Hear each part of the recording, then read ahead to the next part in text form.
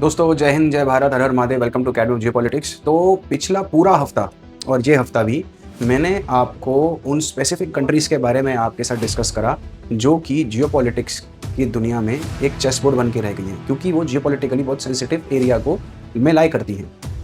जैसे मैंने आपसे पिछले हफ्ते आर्मेनिया के बारे में डिस्कस करा, फिर मैंने आपके साथ अफगानिस्तान के बारे में डिस्कस करा, फिर मैंने कल आपके साथ पाकिस्तान के बारे में डिस्कस करा। आज मैं आपके साथ डिस्कस करूंगा वो ऐसी कंट्री के बारे में जो कि क्षेत्रफल में तो राजस्थान से डबल है, लेकिन पॉलिटिकली बहुत ज़्यादा इनस्टेबल है, क्योंकि उसकी खुद की गवर्नमेंट के पास ना तो उसके एरिया का कोई कंट्रोल है और ना ही पॉलिटिकली वो इतने स्ट्रॉन्ग है कि वो अपनी कंट्री को अच्छे से गाइड कर सके और कंट्रोल कर सके। तो क्यों वो कंट्री तीन biggest super power of the world जैसे इंडिया, चाइना एंड यूएसए, उनके बीच का एक चेस बोर्ड बनकर रह गई है? वो क्या बात है जिसकी वजह से म्यांमार आज सुर्खियों में है और हमारे देश के प्रधानमंत्री स्पेशली वहाँ के प्रेसिडेंट को डायलॉग के लिए इनवाइट करते हैं? सारी चीज़ें आज मैं आपके साथ डिस्कस करूँगा। बहुत ही इन डेप्थ चीज़ें लेकर आए हैं। ज़्यादातर चीज़ें आपको स्लाइड पे समझाया जाएगा, कुछ आपको मैं बोर्ड पे भी समझाऊंगा। एंड तक बने रहेगा। चैनल सब्सक्राइब नहीं किया है तो प्लीज़ हमारे चैनल को सब्सक्राइब करें, वीडियो को लाइक करें और शेयर ज़रूर करें। करते हैं आज की वीडियो की शुरुआत।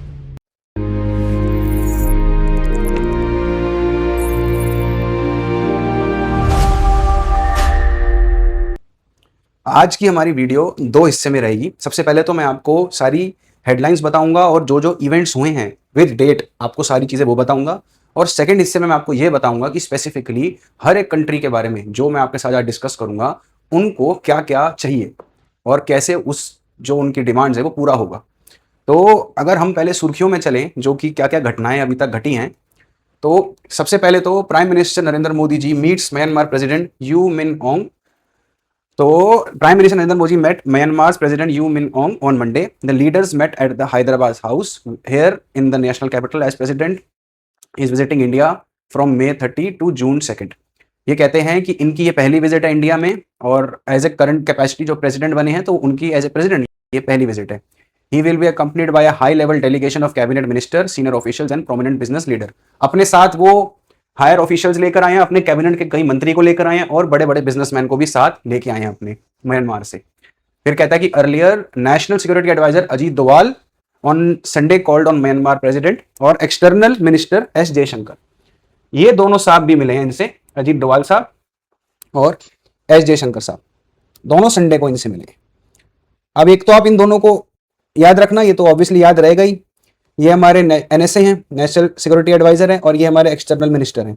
दोनों ही संडे को मिलते हैं, संडे एंड संडे। ये क्यों स्पेसिफिकली मैं बता रहा हूं, आगे चलेंगे तो आपको ये भी पता चलेगा।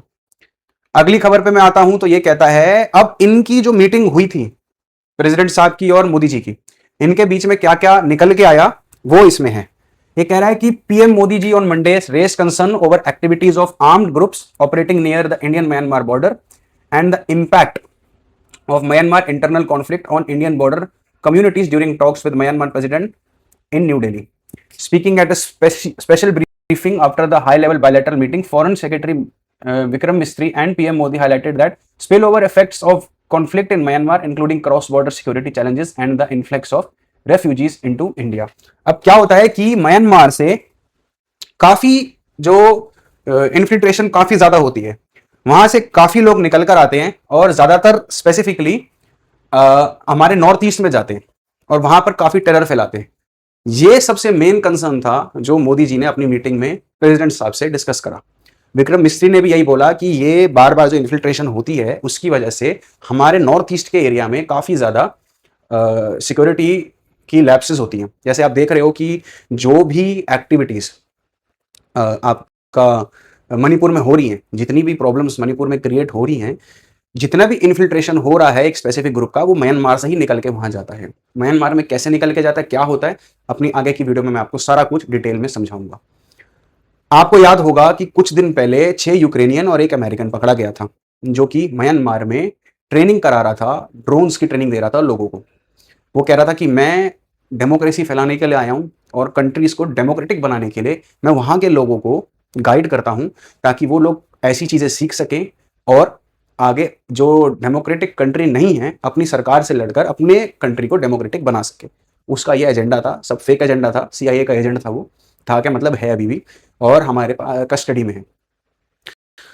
वो भी म्यांमार से ही निकल कर इंडिया आया था और शायद मेरे ख्याल से यूपी में हमारे को पकड़ा गया था। वहां पर वो लोगों को ड्रोन की ट्रेनिंग देकर आया था। इससे ये पता लगता है कि बाहर के नेशनलिटी वाले लोग म्यांमार के थ्रू काफी ज्यादा इंसर्जेंसी करवाते हैं इंडिया के अंदर और यहाँ पर दिक्कत फैलाते हैं इंडिया के लिए। ज्यादातर ये दिक्कत होती है हमारे नॉर्थ ईस्ट कॉरिडोर में। इसी को स्पेसिफाई करते हुए मीटिंग में मोदी जी ने प्रेसिडेंट साहब से बोला।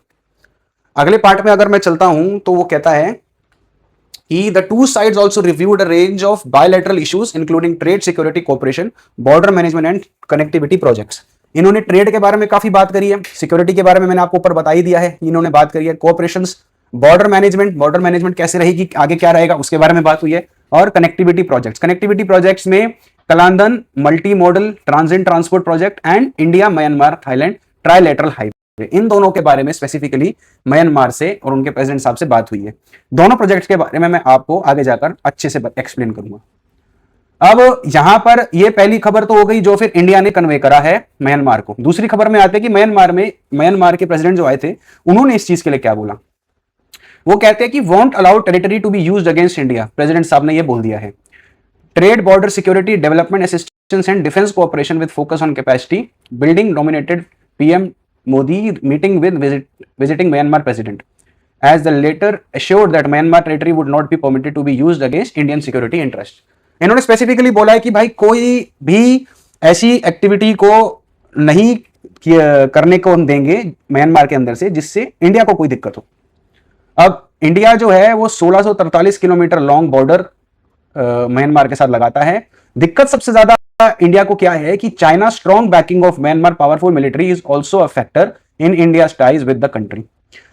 चाइना का बहुत बड़ा इंफ्लुएंस म्यांमार के अंदर है, इसकी वजह से भी इंडिया को हमेशा प्रॉब्लम रहती है।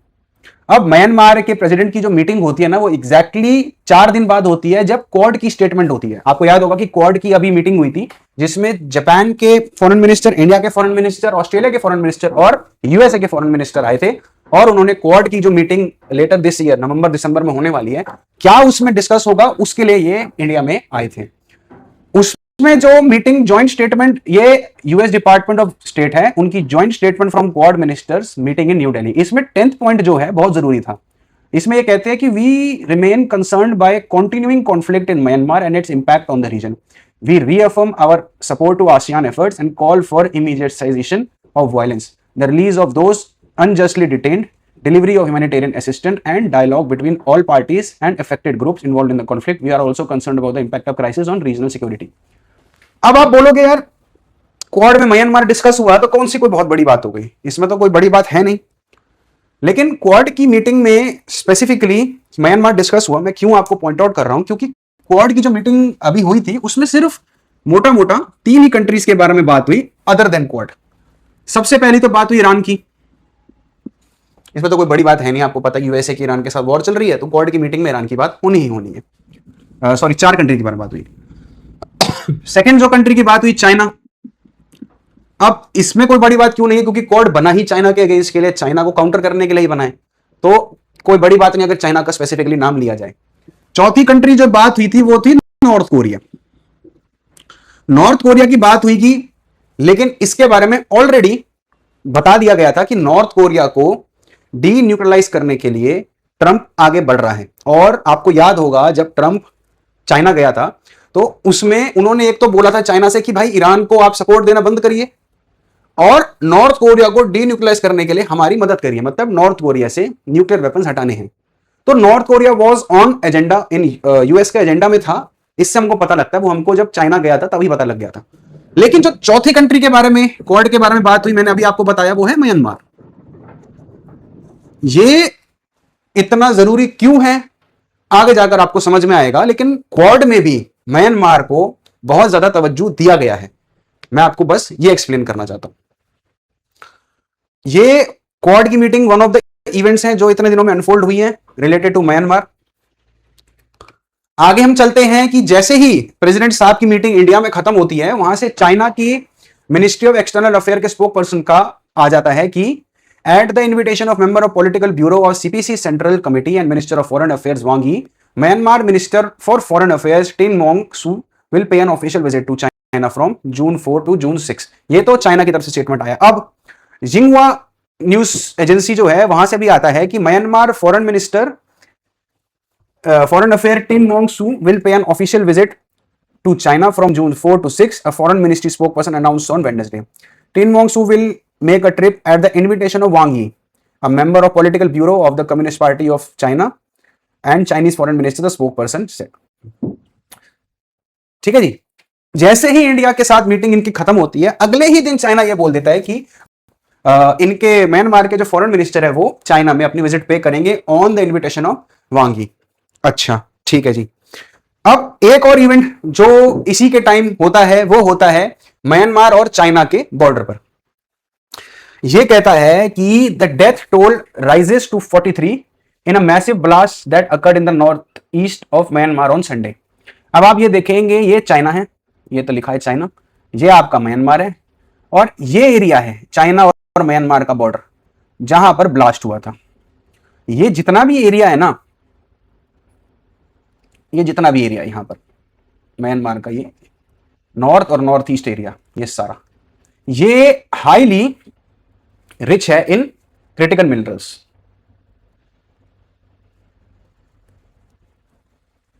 और यहां पर इन जगहों पर जो माइंस लगी हुई हैं, वो ज्यादातर माइंस जो है वो चाइना ऑपरेट करता है। उसमें से एक माइन ये भी थी जहां पर स्थित थी जो चाइना ऑपरेट करता था। ये कहता था explosion occurred from mining explosives stored in the Kontant village, Namkhan township in the Shan state near the Chinese border. Many of Myanmar's resource-rich areas, where most mining operations have been largely unregulated and controlled by different armed militias engaged in sporadic fighting against the central government to seek greater autonomy. Accidents such as deadly landslides are fairly common. The incident has a cast spotlight on Myanmar's lucrative but largely unregulated mineral industry and Chinese investment in the country's extractive industry. Chinese investment in country's extractive industries मतलब जो mine करके critical minerals को extract करते हैं, उसमें Chinese investment काफी ज्यादा है। ये कहता है कि म्यांमार की जो इंडस्ट्री है is a major global provider of rare earths elements, copper, tin and precious gems, specially jade and rubies, and is the main supplier to China where extracted material are processed and refined. Myanmar military backed government while also fostering relations with the ethnic minority groups. अब आपको ये तो समझ में आ गया कि Myanmar जो है वो क्रिटिकल मिनरल्स में और बाकी काफी मिनरल्स है, जैसे टिन हो गया, कॉपर हो गया और प्रेशियस जेम, इनमें काफी रिच है, तो इसलिए चाइना का इंटरेस्ट तो म्यांमार में रहता ही रहता है। तो ये तो हो गया, ये स्पेसिफिक इवेंट जो हुआ वो हुआ चाइना और म्यांमार के बॉर्डर पे।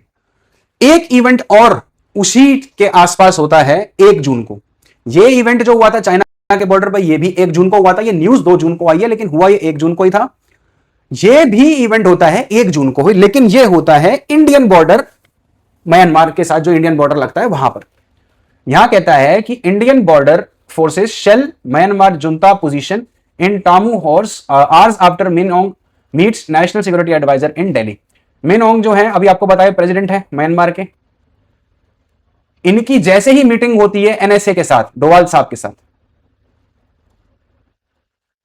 यहां पर इंडियन बॉर्डर फोर्सेस जो है म्यांमार के बॉर्डर एरिया पे अटैक करना शुरू कर देते हैं, हैवी आर्टिलरी करना शुरू कर देते हैं।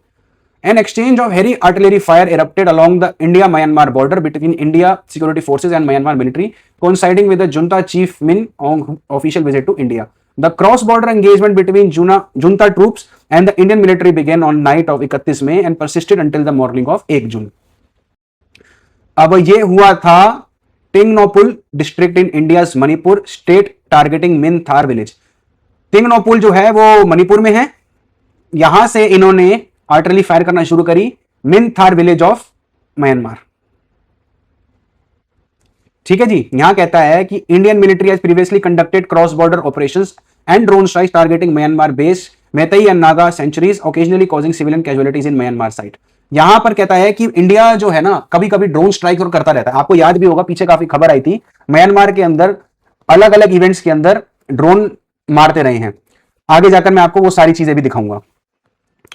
The border skirmish broke out just after high level meeting in New Delhi। 31 मई को जो हुई थी एनएसए और प्रेसिडेंट साहब जो मिले थे, उसके जस्ट बाद ये शुरू हो जाती है। At the invitation of Indian Prime Minister Narendra Modi, the junta leader is on an official visit to India from 30 May to 3 June. ये मैं आपको ऑलरेडी बता चुका हूं। अब ये मैंने स्पेसिफिकली आपको लिख कर दे दिया है कि जो जो इवेंट्स अभी तक हुए हैं ये वो सारे हैं। अब इसमें क्या क्या मैंने आपको नहीं बताया था, ये अप्रैल के इवेंट है। ये देखिए 3 मई को प्रेसिडेंट साहब जो आए थे मिन ऑन्ग, इन्होंने शपथ ग्रहण करी और ये म्यांमार के प्रेसिडेंट 3 मई अप्रैल को बन जाते हैं। और उसी के बाद Wang Yi Naypyidaw meets president and foreign minister Tin Maung Su. जैसे ही म्यांमार के प्रेसिडेंट शपथ ग्रहण करते हैं उसी के कुछ दिन बाद वांग ही, जिन्होंने अभी मैंने आपको जो पीछे जाकर बताया था यही है वांग ही, जिन्होंने म्यांमार के फॉरेन मिनिस्टर को इनवाइट करा just after president of Myanmar met Indian prime minister. जैसे ही करा उसके अगले दिन उन्होंने बोल दिया कि हमने भी इनके फॉरेन मिनिस्टर को बुला लिया है। और यही वांग ही प्रेसिडेंट के शपथ ग्रहण के बाद म्यांमार पहुंच जाते हैं। उसके बाद क्वाड की मीटिंग होती है, मैंने आपको बताया क्वाड में म्यांमार को डिस्कस किया जाता है। 30 मई को म्यांमार के प्रेसिडेंट इंडिया आते हैं। 30 मई को डोवाल साहब प्रेसिडेंट साहब से मिलते हैं, जयशंकर साहब भी मिलते हैं। 30 तारीख को ही डोवाल साहब के मिलने के बाद इंडियन जो बॉर्डर फोर्सेस है वो हैवी आर्टिलरी शुरू कर देते हैं म्यांमार के अंदर, जो कि पूरी रात 31 जून की पूरी रात करते हैं और 1 जून तक करते हैं। 1 जून को मोदी जी की प्रेसिडेंट साहब से मीटिंग होती है और उसी मीटिंग के बाद चाइना के और म्यांमार के बॉर्डर पे एक्सप्लोजन हो जाता है। मैं ये एक्सप्लोजन को कंफर्म नहीं कर रहा हूं कि ये हुआ चाइनीज ने करवाया है या इंडियंस ने कराया है या किसी ने करवाया है, ये एक्सप्लोजन हुआ है, मैं जस्ट आपको इवेंट बता रहा हूं। 2 जून को म्यांमार का प्रेसिडेंट जो है वो मुंबई जाते हैं और इनवाइट करते हैं मैन्युफैक्चरर्स को कि आप मुंबई में आकर या फिर इंडिया में आकर मैन्युफैक्चरिंग करें। म्यांमार के जो प्रेसिडेंट हैं वो बिजनेसमैन को इनवाइट करते हैं कि आप म्यांमार के अंदर आके मैन्युफैक्चरिंग करें और लाओस, कंबोडिया और वियतनाम जैसी कंट्रीज को यहां से एक्सपोर्ट करें। 3 जून को इनकी विजिट खत्म होती है और वहां पर चाइना का जो फॉरेन मिनिस्टर है वांग ही, वो वहां म्यांमार के फॉरेन मिनिस्टर को इनवाइट करता है चाइना की विजिट के लिए और 4 जून को इनकी विजिट शुरू हो जाती है। आज मैं वीडियो रिकॉर्ड कर रहा हूं तो 5 जून है, अभी तक कोई स्टेटमेंट ऑफिशियल निकल कर नहीं आई है, तो इसलिए मेरे पास इस इवेंट का कोई स्पेसिफिक चीज है नहीं कि क्या इनकी बातचीत हुई।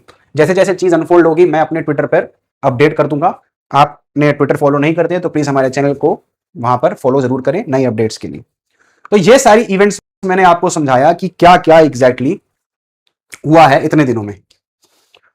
अब मैं आपको इस इवेंट्स के बाद यह बताऊंगा कि म्यांमार को एग्जैक्टली क्या चाहिए, म्यांमार के प्रेसिडेंट की या पॉलिटिकल पार्टीज की एग्जैक्टली क्या क्या डिमांड्स हैं और वो क्या चाहते हैं और उनकी डिमांड्स को कौन पूरा कर सकता है।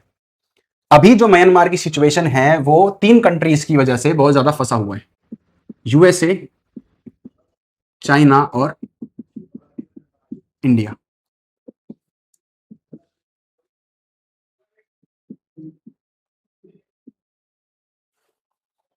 इन तीनों कंट्रीज में वो पूरी तरीके से ढका हुआ है। यूएसए भी म्यांमार की जगह चाहता है, चाइना भी चाहता है और इंडिया भी चाहता है। हम सबसे पहले ये डिस्कस करेंगे कि एग्जैक्टली म्यांमार की क्या क्या डिमांड्स हैं, उसकी कंट्री में क्या किस चीज की अवेलेबिलिटी ज्यादा है, कैसे वो। अगर हम म्यांमार को डिस्कस करें तो इसमें आपको यह समझ में आएगा कि म्यांमार की क्या क्या स्ट्रेंथ्स हैं। सबसे पहली तो है कि रेयर अर्थ म्यांमार में बहुत ज्यादा है और सबसे ज्यादा है डिस्प्रोजियम और टर्बियम। इसकी तादाद म्यांमार में इतनी ज्यादा है जिसकी कोई हद नहीं। और सबसे बड़ी बात, ये उन एरिया में पड़ता है जो कि चाइना से लगते हुए एरिया हैं और इसीलिए चाइना उस एरिया को कंट्रोल करता है। तो रेयर अर्थ की तो काफी ज्यादा भरमार है इस टाइम म्यांमार के अंदर। ज्योग्राफी की स्ट्रेटेजिक ज्योग्राफी उसकी इतनी बढ़िया है, वो ऐसी लोकेशन पर आता है जो चाइना और इंडिया दोनों को फीड कर सकता है।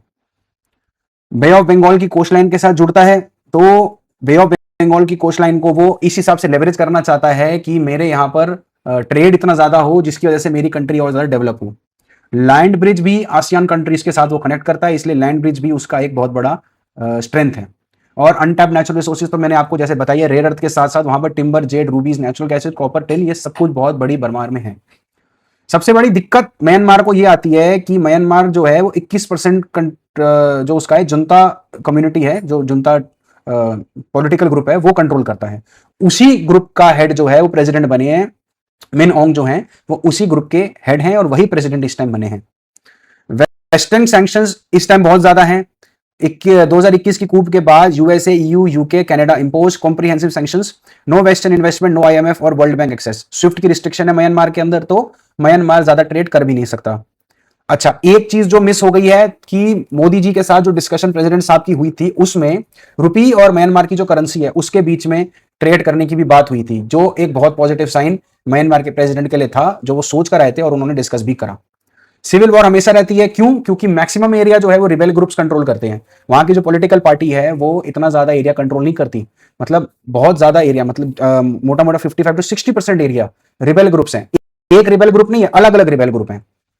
अगर आप देखेंगे तो people defence forces fighting junta since 2021 plus 20 plus ethnic armed organisation operation 1027 in 2023 brotherhood alliance captured significant territory multi front civil war with no clear winner.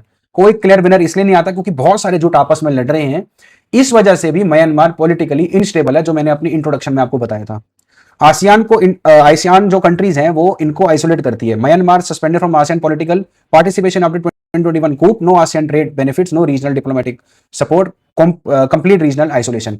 जो 2021 का कूप जो म्यांमार के अंदर हुआ था, जो रिबेल ग्रुप्स उभर के 2021 में निकल कर आए थे, उस वजह से आसियान कंट्रीज ने भी म्यांमार को छोड़ दिया, प्लस वेस्टर्न कंट्रीज ने म्यांमार पे बहुत ज्यादा सैंक्शंस लगा दी, प्लस जितनी भी ये वेस्टर्न कंट्रीज के अलावा और कंट्रीज, एशियन कंट्रीज ने भी उसके साथ ट्रेड करने से अपने आप को बचाया। चाहे वो म्यांमार के अगेंस्ट नहीं थे, लेकिन ड्यू टू वेस्टर्न फोर्स कह लो या फिर प्रेशर कह लो, वो भी म्यांमार के साथ ज्यादा ट्रेड या काम नहीं कर पा रहे थे।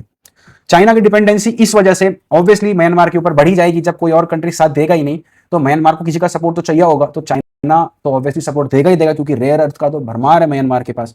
यहाँ पर चाइना के लिए फायदे ही फायदे हैं, तो चाइना का सपोर्ट तो मिलना था ही। लेकिन अब चाइना के ओवर सपोर्ट की वजह से अब ओवर डिपेंडेंस हो गई है म्यांमार की, जिसकी वजह से म्यांमार इस टाइम परेशान है। अब म्यांमार की एक्चुअल नीड्स क्या है? सबसे पहला तो है survival but with dignity. Survival तो चाहिए लेकिन डिग्निटी के साथ चाहिए। अब क्या है कि चाइना उसको सपोर्ट तो करता है लेकिन इज्जत नहीं देता।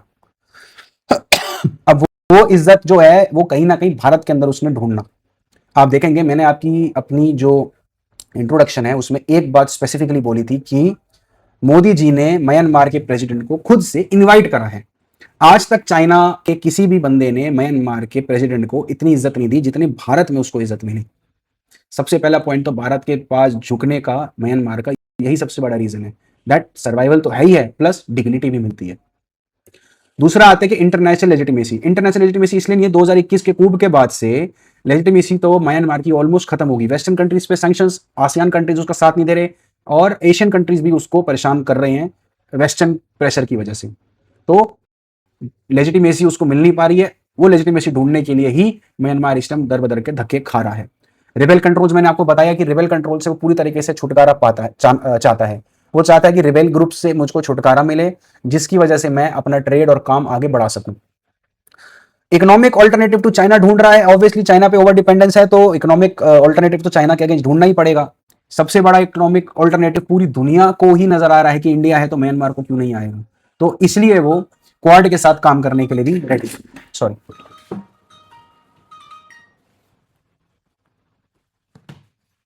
इसलिए भी इसलिए भी इसलिए भी वो इंडिया और क्वाड के साथ काम करने को तैयार है। और इसमें से एक स्पेसिफिक रीजन था कि क्वाड ने म्यांमार के ऊपर बातचीत इसीलिए करी थी। स्पेसिफिक क्वाड की मीटिंग में इस बारे में बातचीत हुई है कि म्यांमार के क्रिटिकल रिसोर्सेज को हमने ध्यान में रखना है। स्पेशली क्रिटिकल मिनरल्स का नाम नहीं लिया गया, लेकिन उन्होंने ये जरूर बोला कि म्यांमार के अंदर जो इस टाइम पॉलिटिकली इंस्टेबिलिटी चल रही है और सिविल वॉर की सिचुएशन बनी हुई है, इससे हम सारे क्वाड नेशंस चिंतित हैं और हम चाहते हैं कि म्यांमार के अंदर जल्द से जल्द स्टेबिलिटी लाई जा सके। फिर कहते हैं कि रेयर अर्थ का रेवेन्यू है वो म्यांमार के अंदर रहे। अब रेयर अर्थ का जो पॉइंट है ना, वो मैं आपको बोर्ड में जाके समझाऊंगा। अभी चाइना कंट्रोल करता है, होता क्या है मैं आपको सारा कुछ बोर्ड में समझाऊंगा। तो म्यांमार इसलिए कहता है कि भाई मुझे मेरे रेयर अर्थ का जो उसका है सारा कुछ चाहिए। छठा पॉइंट आता है कि connectivity, break economic isolation. Economic isolation, China से डिपेंडेंसी हटाने के लिए वो चाहता है कि कनेक्टिविटी मेरे कंट्री के साथ ऐसी हो जाए कि मैं चाइना पे डिपेंडेंट ना रहूं और ट्रेड भी अच्छे से कर सकूं, वेस्टर्न कंट्रीज के साथ भी, एशियन कंट्रीज के साथ भी।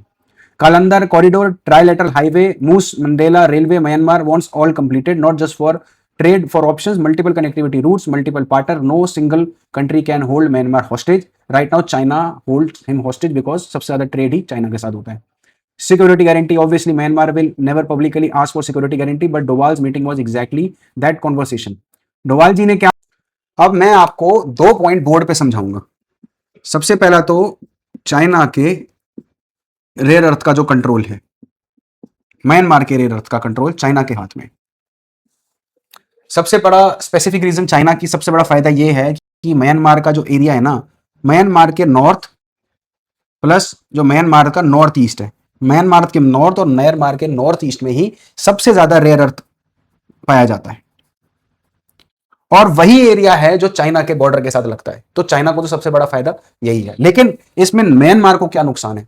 मैंने आपकी अपनी स्लाइड में आपको दिखाया था कि म्यांमार ये कहता है कि रेयर अर्थ से मिलने वाला जो भी प्रॉफिट है या जो भी रेवेन्यू है, वो प्रेसिडेंट और उनके लोग चाहते हैं कि म्यांमार के अंदर ही वो पैसा आए ताकि म्यांमार की डेवलपमेंट में उसको लगा सके. अभी क्या होता है, चाइना क्या करता है इलीगली. मैंने आपको पीछे भी न्यूज में दिखाया था कि वो जितनी भी माइनिंग्स हैं वो साइट एक तो अनरेगुलराइज्ड है और इलीगल है. चाइना इलीगली वहां पर माइनिंग करता है और वहां से एक्सट्रैक्ट करता है मिनरल्स, अपनी कंट्री में ले जाता है, वहां जाकर रिफाइनिंग करता है, प्रोसेसिंग करता है और पूरी दुनिया में उसको बेचता है. ये अभी प्रोसेस है. ठीक है जी. अब चाइना क्या करता है, वहां से इलीगली निकालने के लिए पैसा खिलाता है वहां की आर्मी को, प्लस कुछ रेबेल ग्रुप्स को. रेबेल ग्रुप्स लिख रहा हूं, उसके साथ में लिख रहा हूं सम, मतलब कुछ रेबेल ग्रुप्स को. आर्मी को पैसा खिलाता है, लगभग वो कहता है कि $1 से $1.5 बिलियन. ये मेरे पास एक फिगर था कि $1 से $1.5 बिलियन के आसपास, $1 से $1.5 बिलियन के आसपास वो आर्मी को हर साल देता है. क्यों? अब मैंने यहां पर जो सम लिखा है ना, सम रेबेल ग्रुप्स, वो सम रेबेल ग्रुप इसलिए है क्योंकि कुछ रेबेल ग्रुप्स ऐसे हैं.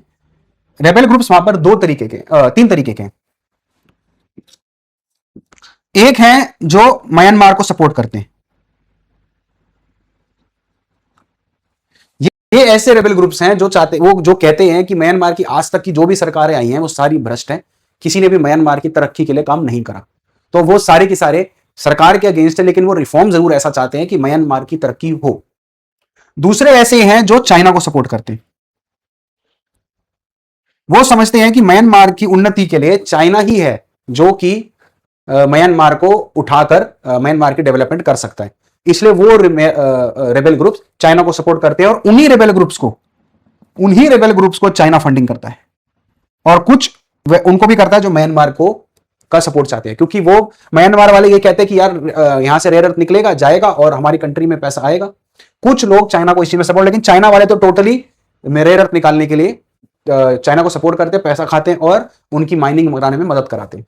तीसरा वो होता है जो इंडिया को सपोर्ट करते हैं. अब आप इसको इक्वली डिवाइड करो तो 33% मोटा मोटा आप मान लो. मैं आपको बहुत रफ फिगर दे रहा हूं, एग्जैक्ट ये फिगर नहीं है, लेकिन मोटा मोटा मान लीजिए. अगर ये 33% है, 33% वो है जो चाइना को सपोर्ट करते हैं, 33% वो है जो म्यांमार को करते हैं और 33% वो है अगर इंडिया को करते हैं. तो सबसे बड़ी बात, चाइना वाले जो 33% हैं उनको ये करता है, आधे वो लोग करते हैं जो म्यांमार को सपोर्ट करते हैं, उनको फंडिंग करता है, लेकिन आधे बचे वो 1/3 बचे जो इंडिया को सपोर्ट करते हैं, 1/3 बचे म्यांमार को सपोर्ट करते हैं. ये कंट्रोल में नहीं आते हैं. जो इंडिया को सपोर्ट करते हैं और जो म्यांमार को सपोर्ट करते हैं वो कंट्रोल में नहीं आते हैं. और वही लोग हैं जो कि इनको माइनिंग करने नहीं देते हैं. लेकिन भाई माइनिंग तो करनी है, माइनिंग करने नहीं दे रहे, लेकिन माइनिंग तो करनी है ना. उन्हीं से बचाने के लिए चाइना जो है वो आर्मी को फंडिंग करता है कि भाई ये जो मेरा साथ दे रहे हैं उनको तो मैं फंडिंग दे रहा हूं, उनकी टेंशन आप मत लो, वो तो मेरे साथ काम कर ही रहे, लेकिन जो मेरा साथ नहीं दे रहे हैं उनका क्या करें. तो उनसे बचाने के लिए वो आर्मी को फंडिंग देता है. और जिसकी वजह से चाइना जो है इलीगली माइनिंग करता है.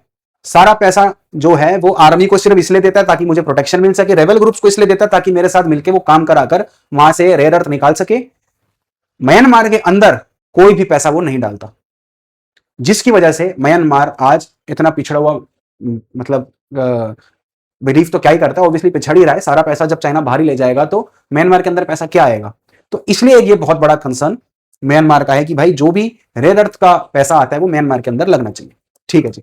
अब मैं अगर अपने सेकंड पॉइंट पे आ जाऊं, तो मैंने बोली कि डोवाल साहब के साथ मीटिंग हुई, प्रेसिडेंट साहब की, प्रेसिडेंट ऑफ म्यांमार, डोवाल साहब के साथ बेसिकली जो बात हुई, जो मेरे को खबर में आई, मैं सिर्फ वही आपके साथ डिस्कस करूंगा।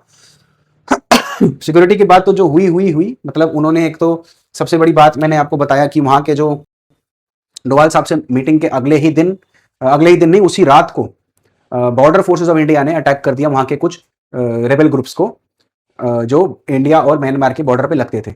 एक तो उसको इस चीज से जोड़ा जा रहा है, इसके ऊपर कोई स्पेसिफिक मेरे पास जानकारी नहीं है ना कि वो है, लेकिन जहां तक डॉट्स एक कनेक्ट करते हैं कि इन दोनों के बीच में यही बात हुई होगी और शाम को ऐसा कुछ हो जाता है। ऐसा डॉट्स कनेक्ट करके मेरा खुद का एनालिसिस है। सेकंड जो बात हुई थी, प्रेसिडेंट साहब उन्होंने अपने डीडी न्यूज के साथ जो इनका इंटरव्यू हुआ था, मैं उसका लिंक लगा दूंगा डिस्क्रिप्शन में, वो आप देख लेना, या फिर मैं अभी वीडियो साथ में चला भी दूंगा, वो भी आप देख लेना। तो प्रेसिडेंट साहब ने एक बात जो बहुत जरूरी बोली, उन्होंने ये कहा कि आई इनवाइट इंडिया,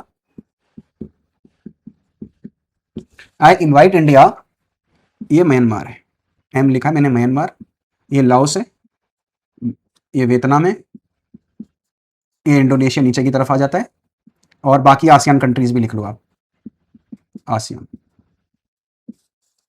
तो म्यांमार के प्रेसिडेंट साहब ने यह जाकर बोला है कि इंडियंस मैन्युफैक्चरर्स को मैं इनवाइट करता हूं कि आप म्यांमार में आइए, यहां पर मैन्युफैक्चरिंग करिए और यहीं से आप एक्सपोर्ट करिए लाओस, यहीं से एक्सपोर्ट करिए आप वियतनाम, वहीं से एक्सपोर्ट करिए इंडोनेशिया, यहीं से आप एक्सपोर्ट करिए बाकी के आसियान देशों को।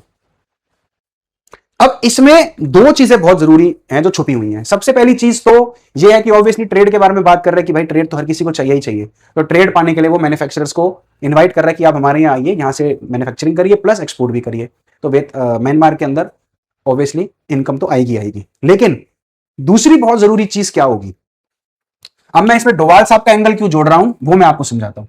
जब भी किसी कंट्री का इंटरेस्ट किसी कंट्री के अंदर जुड़ जाता है, जैसे अगर इंडिया म्यांमार के अंदर मैन्युफैक्चरिंग शुरू करता है, तो ऑब्वियसली इंडिया का इंटरेस्ट म्यांमार के अंदर आ जाएगा, क्योंकि उनके लोग वहां जाके काम करेंगे, उनके लोग अपने वहां जाकर इन्वेस्ट करेंगे, वहां पैसा लगाएंगे, फैक्ट्री लगाएंगे, यहां से लेबर लेके जाएंगे, इतना कुछ इंफ्रास्ट्रक्चर डेवलप होगा, इतना पैसा खर्च करेंगे जो प्राइवेट इन्वेस्टर्स हैं, तो ऑब्वियसली उनको उसके बदले सिक्योरिटी तो चाहिए ही होगी। अब मैंने आपको स्टार्टिंग में यह बताया कि पॉलिटिकली बहुत ही इनस्टेबल है म्यांमार, तो अगर यहां से इंडिया के लोग वहां जाकर मैन्युफैक्चरिंग करेंगे तो कहीं ना कहीं वहां पर रॉ एक्टिवेट होगा ही होगा, जिसको हेड करते हैं डोवाल साहब। तो यह भी प्रेसिडेंट साहब का एक बहुत बड़ा पॉइंट था, कंसर्न था कि भाई प्रेसिडेंट साहब चाहते हैं कि इंडिया अपनी स्किन लगाए म्यांमार के अंदर, स्किन लगाए मतलब इन्वेस्टमेंट लगाए, पैसा लगाए। जब इंडिया पैसा लगाएगा, अपने लोगों को म्यांमार में काम करने के लिए भेजेगा, तो ऑब्वियसली जो वहां इंडिया की जो रॉ है म्यांमार के अंदर एक्टिव होगी ही होगी, अपने लोगों को प्रोटेक्ट करने के लिए वो एक्टिव होगी ही होगी, और वही वो चाहते हैं, और इसीलिए उन्होंने वहां जाकर इन्विटेशन दी। अब अगर मैं अपनी स्लाइड पर वापस आऊं, अब मैं म्यांमार के बाद यह आता हूं कि चाइना एग्जैक्टली म्यांमार से क्या चाहता है। सबसे पहला तो है Malacca dilemma. Straight of Malacca जो है वो बहुत ही बड़ा चोक पॉइंट है चाइना का। उसको हमेशा यह डर रहता है कि इंडिया कभी भी स्ट्रेट ऑफ मलाका को चोक कर देगा, इंडिया और यूएसए ऑब्वियसली कभी भी स्ट्रेट ऑफ मलाका को चोक कर देगा। अगर स्ट्रेट ऑफ मलाका चोक हो गया तो 80% के आसपास ऑयल का आयात होता है चाइना का स्ट्रेट ऑफ मलाका से, प्लस 25 से 30% ट्रेड भी आता है, ट्रेड भी होता है। तो अगर स्ट्रेट ऑफ मलाका ब्लॉक हो जाता है तो यह तो चाइना के लिए बहुत बड़ी दिक्कत की बात है, और उसी से लड़ने के लिए चाइना चाहता है कि मेरी प्रेजेंस यहां पर बन जाए। अगर आप इस नक्शे को ध्यान से देखेंगे तो आपको यह समझ में आएगा, यह म्यांमार है, यह चाइना है। अब स्ट्रेट ऑफ मलाका नीचे है, यही नीचे है, अपना पूरा मैप है नहीं, अपना सिंगापुर और उसके पास स्ट्रेट ऑफ मलाका है, जहां से सारा होकर यहां पर चाइना में सामान आता है। मैं आगे अगले मैप में आपको समझा दूंगा। लेकिन अभी चाइना क्या चाहता है कि मूस से लेकर मंडेले, नेपिडू और यांगोन, ये पोर्ट, ये यासीद अंडमान सी में आके निकलता है। दोनों सी में इसका बहुत बड़ा है। बे ऑफ बंगाल में भी म्यांमार की पकड़ है और अंडमान सी में भी म्यांमार की पकड़ आ जाती है। तो चाइना चाहता है कि ये ट्रेड कॉरिडोर है, अगर म्यांमार के थ्रू चाइना का हो जाता है तो सारे के सारे ट्रेड चाइना के अंदर म्यांमार के थ्रू हो सकते हैं। और यही सबसे बड़ा पॉइंट है जो चाइना को म्यांमार में इतना इंटरेस्ट दिखाता है। दूसरे हम अगर पॉइंट में करें तो रेयर अर्थ का तो है ही। रेयर अर्थ मैंने आपको बताया कि कितना ज्यादा जरूरी है, और रेयर अर्थ के ऐसे काफी चीजें हैं जो कि म्यांमार के अंदर मिलते हैं, और वो चाहता है कि वो रेयर अर्थ की मोनोपोली चाइना के पास ही रहे। अब जो डिस्प्रोजियम एंड टर्बियम, ये जो दो कंपोनेंट है ना, ये ईवी मोटर्स में स्पेसिफिकली लगते हैं, विंड टर्बाइन में स्पेसिफिकली लगते हैं, F-35 फाइटर जेट्स में स्पेसिफिकली लगते हैं। F-35 यूएसए का है, और उसमें यही दो रेयर अर्थ के मिनरल हैं जो लगते हैं, और उसकी 90% ग्लोबल प्रोसेसिंग यूनिट है कैपेसिटी, वो चाइना के पास है, और चाइना यूएसए को वही सप्लाई करता है। तो ये आ जाता है, यूएसए का भी डर है इसमें और चाइना का भी डर है इसमें। बे ऑफ बंगाल की प्रेजेंस और अरेबियन सी वीकेंड दोनों का मैंने आपको समझा दिया। Counter India's great Nicobar project, map में वापस आते हैं तो ये है कोको आइलैंड म्यांमार के पास, ये आ जाता है हमारा अंडमान आइलैंड इंडिया का, और यहां पर हम बना रहे हैं ग्रेट निकोबार प्रोजेक्ट।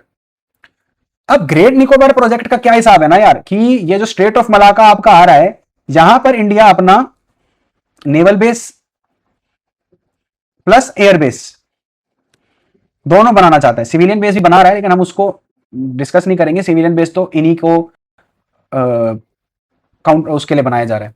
तो नेवल बेस और एयर बेस दोनों इंडिया बनाना चाह रहा है, लेकिन यहाँ के आपको पता ही ऑपोजिशन ऐसे ऐसी करवाने के तुला हुआ है और समझ ही नहीं रहा है, उसमें हम बात नहीं करेंगे। लेकिन हाँ, ये ग्रेट निकोबार प्रोजेक्ट को काउंटर करने के लिए ही ये म्यांमार है। म्यांमार का कोको आइलैंड जो है, म्यांमार ने बोला था कि मैं चाइना को दे दूंगा, लेकिन इसके ऊपर इंडिया की तरफ से बहुत बड़ा बैकलैश आया, जिसकी वजह से म्यांमार पीछे हट गया। लेकिन चाइना चाहता है कि भाई ये कोको आइलैंड जो है मेरा हो जाए, जिसकी वजह से मैं सर्विलेंस रख सकूं अंडमान एंड निकोबार में और निकोबार प्रोजेक्ट पे भी।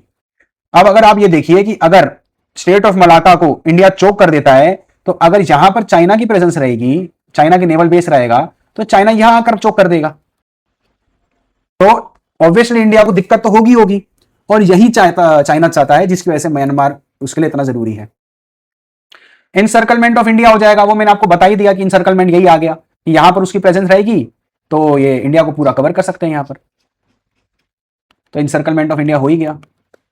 और रिबेल मैनेजमेंट टूल, रिबेल्स को मैनेज करने के लिए म्यांमार चाहिए ही चाहिए, क्योंकि रिबेल्स जो है वो उसको रेयर अर्थ निकालने देते नहीं है, जिसकी वजह से दिक्कत आती है। यही सारी चीजें हैं जो म्यांमार से चाइना चाहता है। ये चाइना का एक और बहुत बड़ा चलाया जा रहा है, ये चाइना का एक बहुत बड़ा रीजन और भी है। अब चाइना चाहता है कि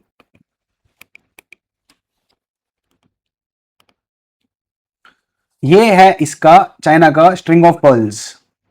अब स्ट्रिंग ऑफ पर्ल्स जो होता है, ये मुंबासा से होता हुआ, डिबूटी से होता हुआ, ग्वादर पाकिस्तान से होता हुआ, नीचे हम्बनटोटा से होता हुआ जाता है सितवे और कोको आइलैंड। अब ये स्ट्रिंग ऑफ पर्ल के लिए भी चाइना को म्यांमार की बहुत ज्यादा जरूरत है, क्योंकि बिना कोको आइलैंड में के और सितवे के हुए बिना ये स्ट्रिंग ऑफ पर्ल्स चाइना का कंप्लीट हो ही नहीं सकता।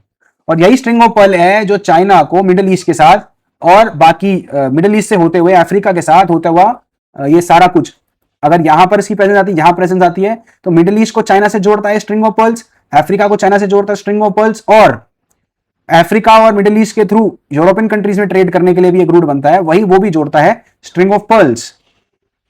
और इसी के लिए म्यांमार की भी बहुत जरूरत है चाइना को।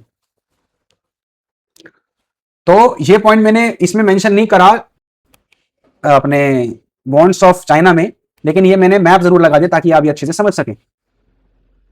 अब अगर अपने अगले पॉइंट में आए हम, तो यूएसए को म्यांमार से क्या चाहिए।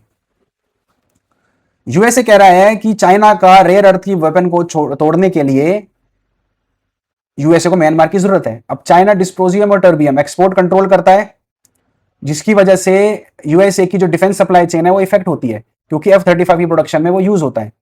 अब चाइना इसका 90% प्रोसेसिंग भी कंट्रोल करता है, प्लस उसका रॉ मटेरियल म्यांमार से आता है, तो रॉ मटेरियल भी कंट्रोल करता है।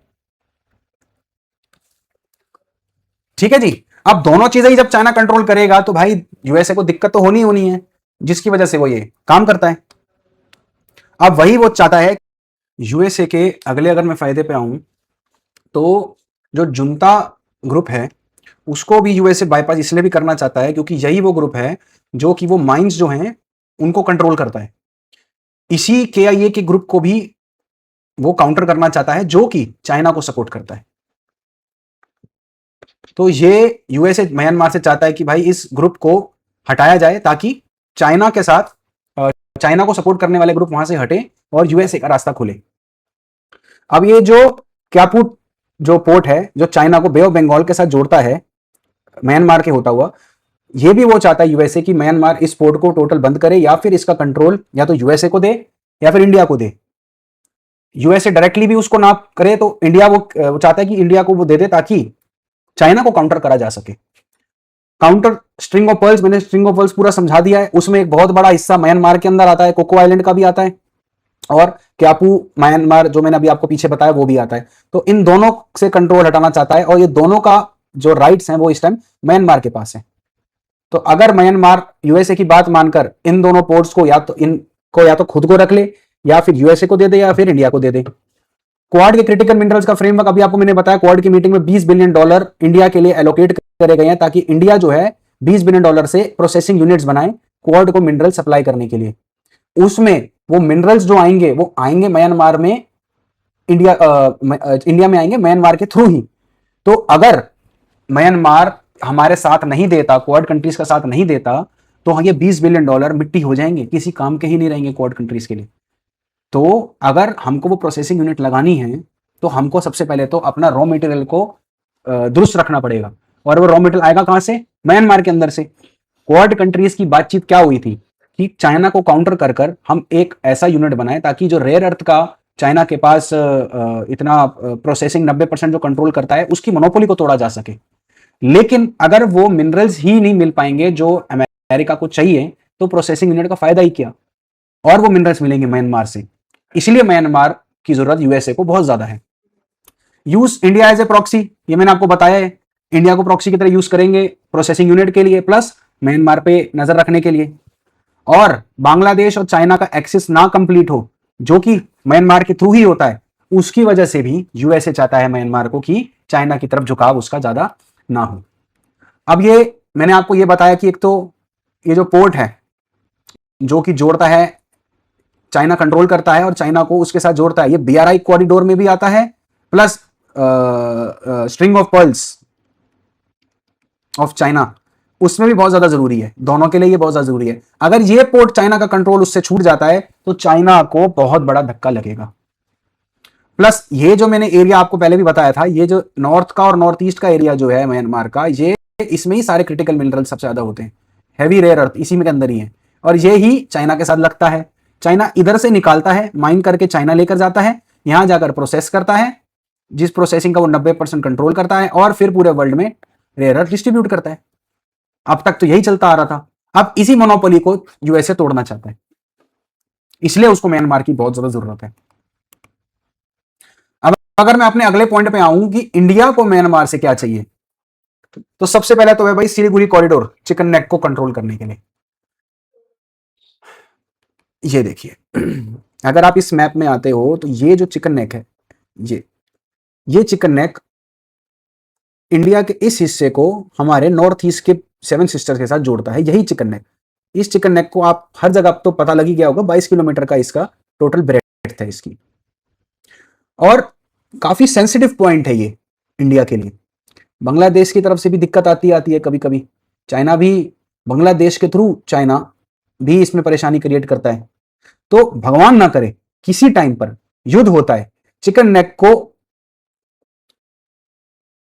प्रॉब्लम में ले आ जाता है, तो इंडिया का इस हिस्से से कंट्रोल पूरी तरीके से खत्म हो जाएगा। यह तो आम सी बात आपको दिख ही रहा है कि और कोई रास्ता है ही नहीं नॉर्थ ईस्ट में जाने के लिए। इसीलिए इंडिया चाहता है कि म्यांमार के थ्रू हमारा को चिकन नेक का कंट्रोल मिला जा सके। कि भगवान ना करे कभी इसमें कोई दिक्कत आती है तो हम अपने नॉर्थ ईस्ट को सामान अनइंटरप्टेडली पहुंचा सके थ्रू सी से आएगा म्यांमार, म्यांमार से आएगा chicken neck, sorry north east में। इसलिए म्यांमार की जरूरत इंडिया को बहुत ज्यादा है। ये पूरा हमारा नॉर्थ ईस्ट है ये, और ये हमारा म्यांमार है। 1693 किलोमीटर ये पूरा नॉर्थ ईस्ट के साथ ही लगता है ये।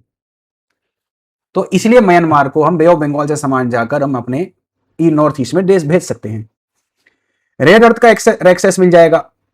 अब रेयर अर्थ के एक्सेस में ना इंडिया एक बहुत बढ़िया गेम खेल रहा है। इंडिया म्यांमार के प्रेसिडेंट के साथ, मतलब सरकार के साथ, रेबेल ग्रुप्स के साथ, प्लस आर्मी के साथ, तीनों के साथ कांटेक्ट में है। और वो चाहता है कि रेयर अर्थ का एक्सेस तीनों की सहमति से मिले। और आपको ये जान के हैरानी होगी कि प्रेसिडेंट साहब को बुलाने से पहले India was in talks with the rebel groups. मतलब 30 तारीख को जब ये आए थे, 30 आपका मई को, उससे पहले ही पूरा हफ्ता 2 हफ्ता India was in talks with all the rebel groups. सारी बातचीत पहले रेबेल ग्रुप्स के साथ तय करी गई। उस बातचीत के बाद प्रेसिडेंट साहब को मोदी जी ने इनवाइट करा गया। तो इंडिया तीनों को अपने साथ लेके चल रहा है ताकि रेयर अर्थ के साथ पूरी तरीके से काम हो सके। बे ऑफ बंगाल में डोमिनेंस, ये तो मैंने आपको बता दिया। बे ऑफ बंगाल में उसका पोर्ट लगता है, एरिया लगता है म्यांमार का। तो बे ऑफ बंगाल का डोमिनेंस चाहिए तो अगर आप ये देखेंगे तो ये रहा bay of Bengal. Bay of Bengal में बेसिकली म्यांमार ही आता है और इंडिया आता है। तो अगर इंडिया और म्यांमार एक हो जाते हैं तो इस पूरे एरिया में डोमिनेंस रहेगा ऑब्वियसली इंडिया का। जब म्यांमार साथ हो जाएगा तो 2 ही तो कंट्रीज है जिसके साथ ये लगता है। बांग्लादेश के साथ तो कितना ही लगता है, कुछ भी नहीं लगता। मेन कंट्री जो सबसे ज्यादा जिसकी स्किन लगी हुई है बे ऑफ बंगाल के साथ वो इंडिया है और म्यांमार है। बांग्लादेश का बहुत छोटा सा एरिया है।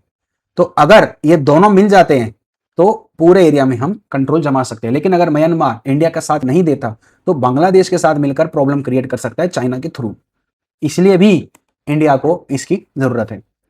ग्रेट निकोबार प्रोजेक्ट के लिए अब ये आप देखिए,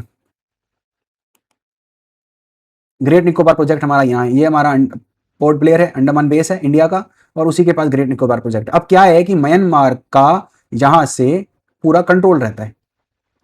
अगर म्यांमार इंडिया का साथ नहीं देता तो इस एरिया की वजह से चाइना का अगर डोमिनेंस बढ़ जाता है तो ये हमारे लिए प्रॉब्लम क्रिएट कर सकता है।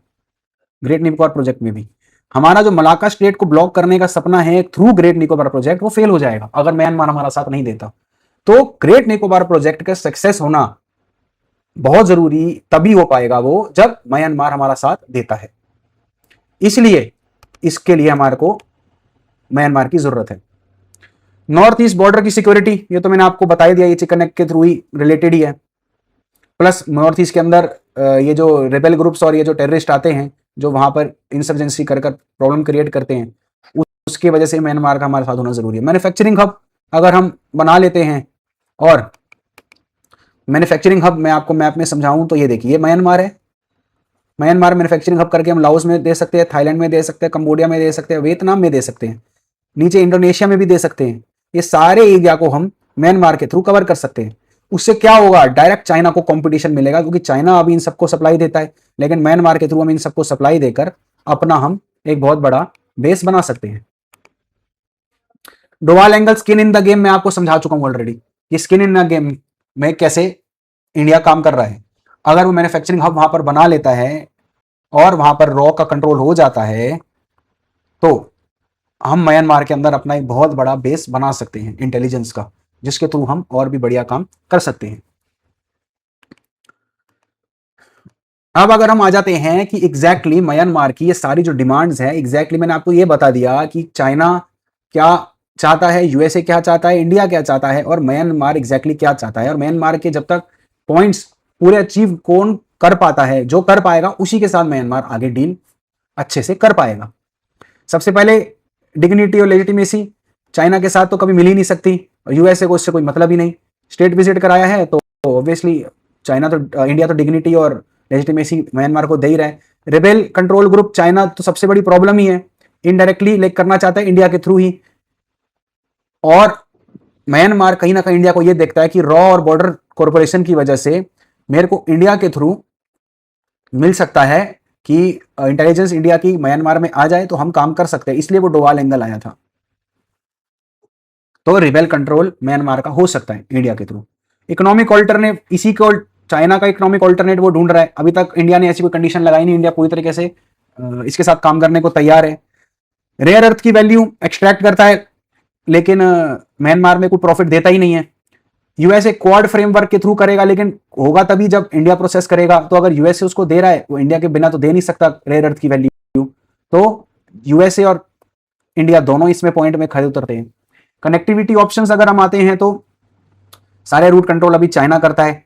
लैंड एक्सेस उसके साथ है नहीं, लेकिन कलांदन हाईवे अगर बन जाता है इंडिया का, वो मैंने शायद आपको पीछे बताया नहीं, ये रहा कलांदन हाईवे। ये सिलीगुड़ी कॉरिडोर से होता है कलांदर हाईवे म्यांमार और all the way to Laos, Cambodia, Vietnam and beyond.